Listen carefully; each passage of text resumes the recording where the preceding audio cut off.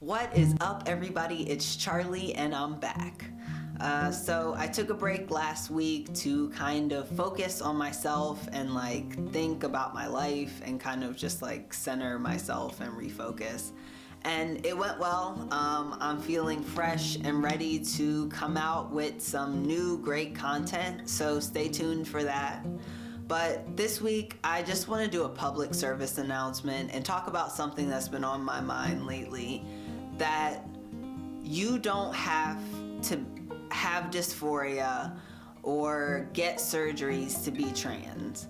I just want to put that out there for everyone who watches my channel, that you don't have to have dysphoria and you don't have to want surgeries or want surgeries even right now to be trans. Your identity is valid, whether you want those things or not, or whether you have dysphoria or not.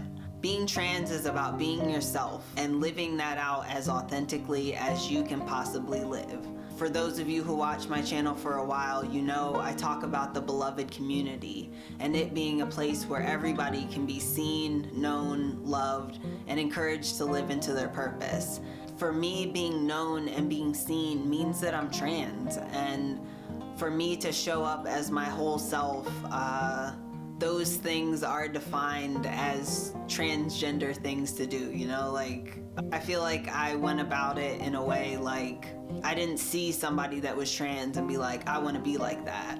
I followed the path of becoming more and more myself, and when people look at that thing, or the definition of that thing ends up being trans, I think that's just a different approach, that who you are is the starting point and everything else comes out of that, whether it be surgeries or how you feel about your body.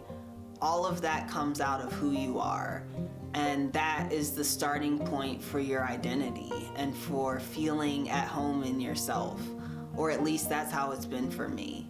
Because I know a lot of people who are I want surgeries, but I don't want them right now, or I don't want surgery at all.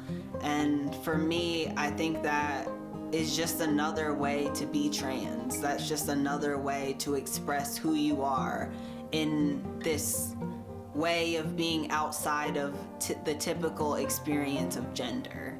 I was reading the other day about Alfred, I think his name is Alfred, Kinsey, and the Kinsey scale.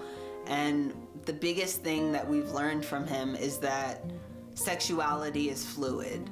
And similarly, in my personal experience, I found that gender is also fluid.